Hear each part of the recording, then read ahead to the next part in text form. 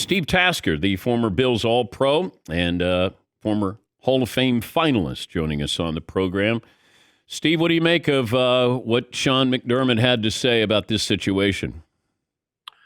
Yeah, I don't think they know if he's going to play or not. I'm sure Josh feels like he's going to be able to get there. I think what it comes down to, Dan, is they're going to weigh the risk of how likely it is that Josh hurts himself further and has to drag this elbow thing around all season, and how likely it is that he can play well, and they can win. I think that's the real question. I don't think there's any question he could drag himself out there and play, but how much of a risk is it to the rest of the season if he does? I don't think they know that.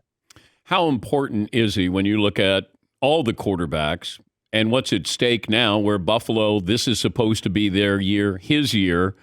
The importance, can they survive without him, and if so, how long?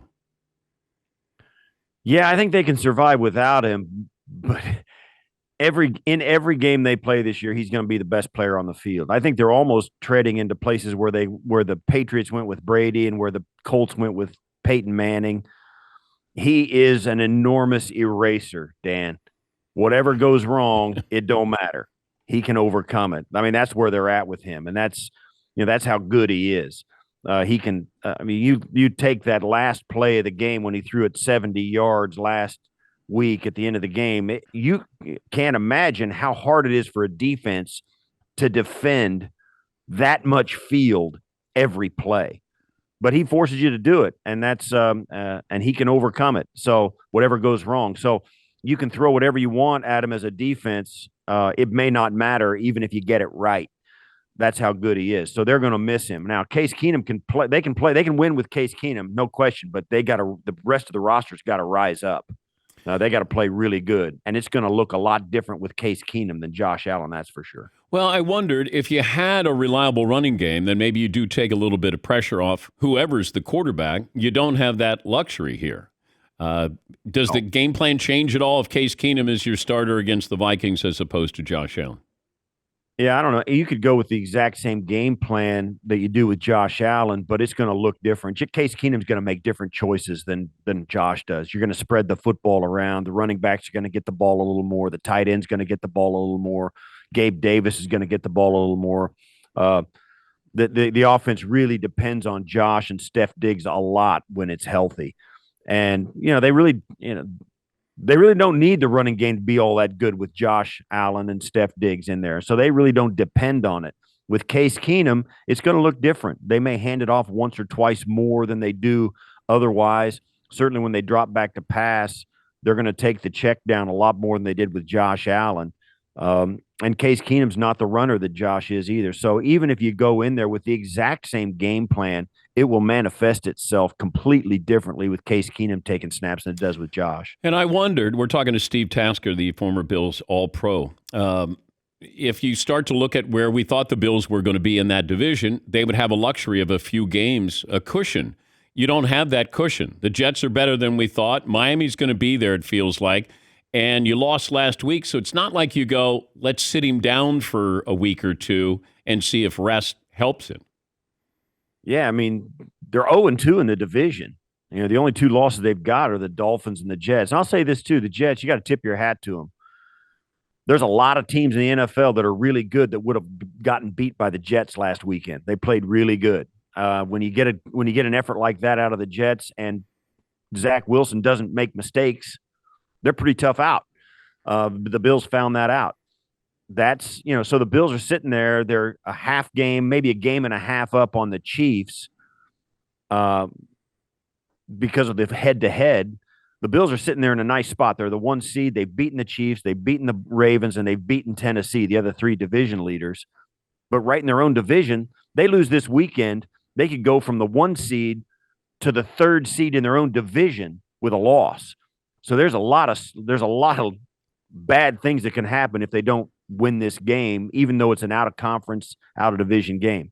So you're right. I mean, you got to keep pressing. This is a team that went to the 3 seed last year, but felt like they were good enough at the end of the season to be the 1, and they just weren't there. So if you're going to give yourself the best chance to go to the Super Bowl, you got to win games like this game against Minnesota at a time when there's like 4 teams 5 teams nipping at your heels in the standings.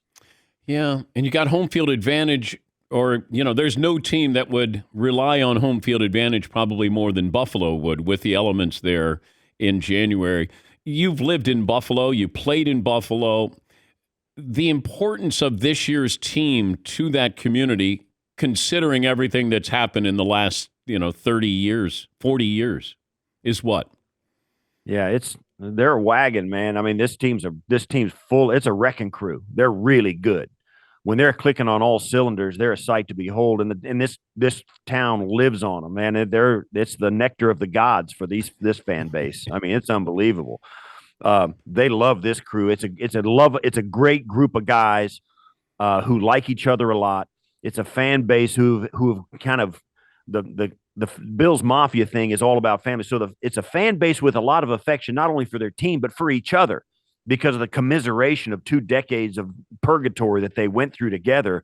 So it's a fan base that's really got a kind of a family feel to it. I mean, you got fans that don't know each other that are embracing, kind of loving each other. It's a cool atmosphere around this team. The expectations were almost so high, it was scary for a lot of Bills fans. They never been in that spot before. And then they get out of the gate against the world champions and then the 1 seed in the conference with the Rams and the Tennessee Titans, and they thump those guys. They get off to a rousing start. They drop a game to Miami in a game where they were really injured, and it was that thing in Miami with the heat and the humidity that really – it's something I never went through as a player down there. We never had a game like that in Miami. For all the years I played down there, it was never like that for our team, and it came out of nowhere. So – this is a team with expectations and a fan base. I mean, they cannot wait to watch this team play every week. I mean, it's like they're just looking forward to it because it's like I said, it's nectar of the gods here for this fan base. It's like, they're a crack pipe, and this town is an addict. They can't get enough of this team. Before I let you go, I was wondering about this. I know you were a finalist for the Hall of Fame, and you were a special teamer. But I didn't know did they create the special teamer for the Pro Bowl because of you?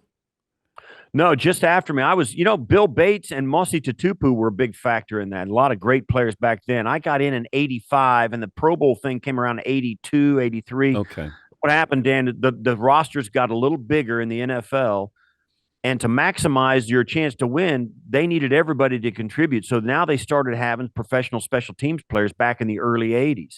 They had guys who did it as a team. And there were here and there was a guy around, like Hank Bauer from the Chargers and guys like that around the league who had made a name for themselves being able to do it. And guys like him inspired the league to say, you know what, we got to get a guy in there because the rosters were bigger then and the game expanded.